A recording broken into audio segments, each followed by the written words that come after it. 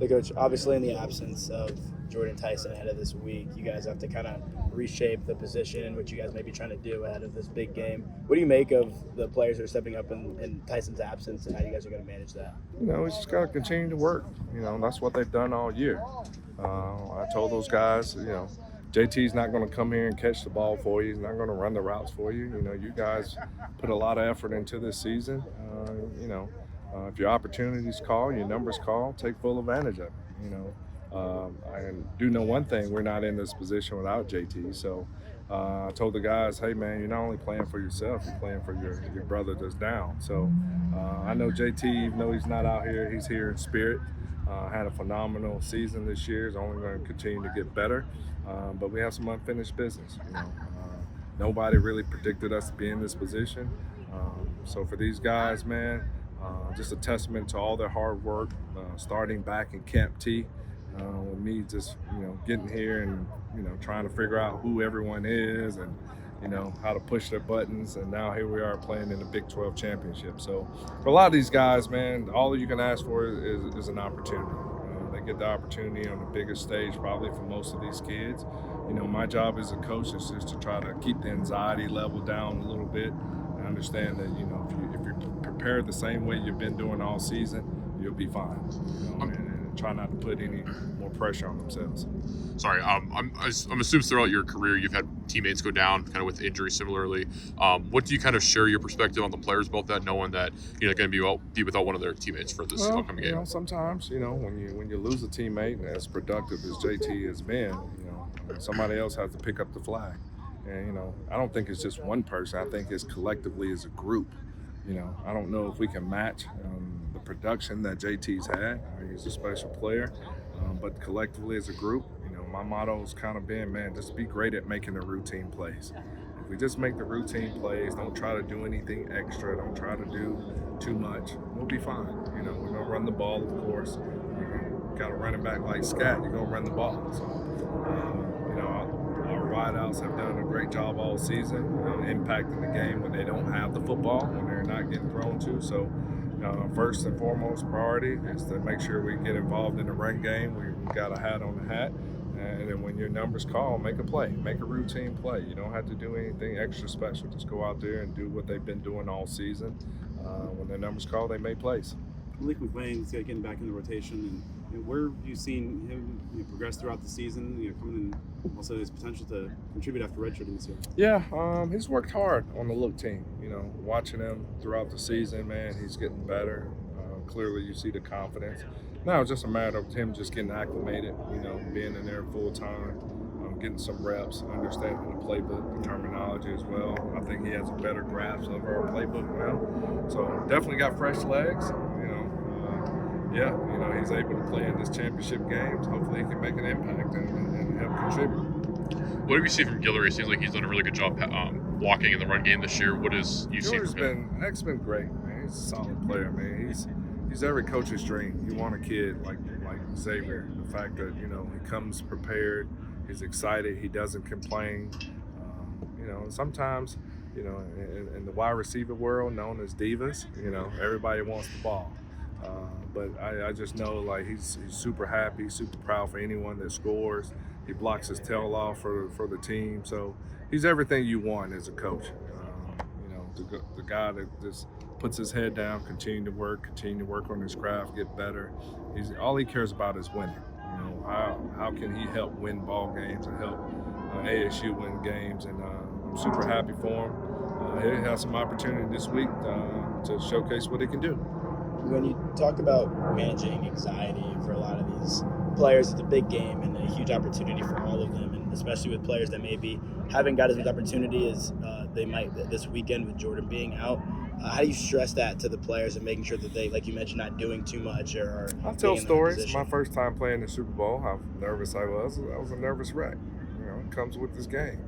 We all play this game to one day be on the grand stage and playing for a championship. And for a lot of these kids, this is their first time. So, imagine you being 18 years old and pulling up to Dallas Stadium. And I'm pretty sure you're pretty a little nervous yourself. So I just try to speak from experience. tossing and turning the night before the Super Bowl, not being able to sleep, looking at the clock. And 1 minute is 12 o'clock, next minute is 12:01. Then look over, it's 12:02. You're just restless. For me, when we get closer to the game, I just try to tell those guys, envision yourself, go through the game plan, envision yourself making these plays, go through each and every play, and seeing yourself and what you're going to do, and be detailed up. And then at the end of the day, it's still football. When we do the coin toss and kickoff happens, and in the midst of a Jerry Jones world down there, I think once you get hit, all the anxieties kind of get out you, and now it's just back to playing football. Now that they're officially signed, what are your thoughts on the crop of new signees? In this Man, class? congratulations to all our new Sun Devils, man. I want to welcome everybody to our Sun Devil family. I've said all year, man, we're building something special. And I think for Kenny's vision, it's what I wanted to be a part of. It's the reason why I'm here, at ASU. So I just wanted to, carry on his vision and see the new crops of kids we got coming in. They're all special players. We're doing big things here in Tempe, so I'm excited about this program's future.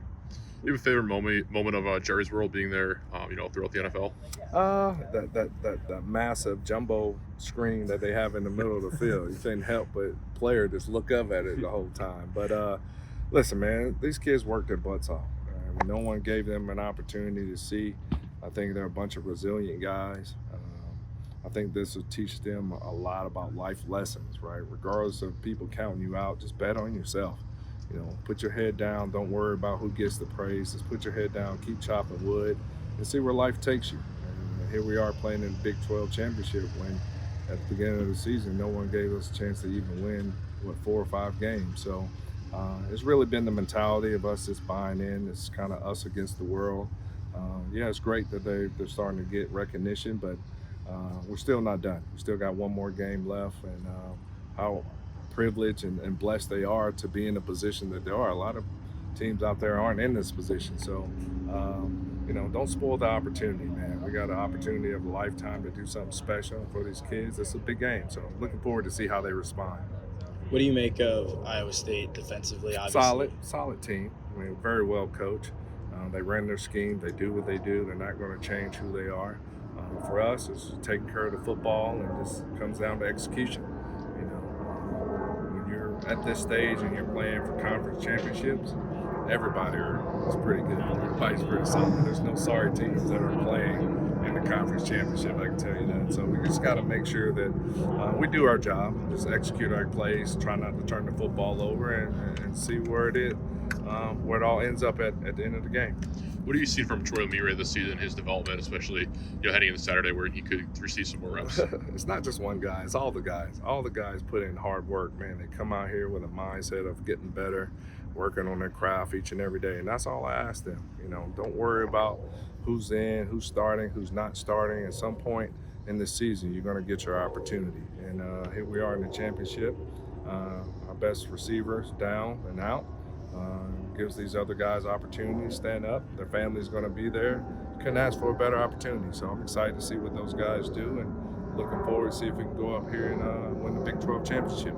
do you make anything of a defensive scheme that's trying to really heavily stop the pass and maybe having more defensive backs, more linebackers in the middle of the field? No, I'm not going to tell you guys all this. We're just going to line up and play. I'm not going to tell you the game plan and scheme. They're a solid team. They're not going to beat themselves. Well coached. It's going to be a challenge. It's going to be a challenge. It's going to be a great matchup. I'm looking forward to see how these kids respond.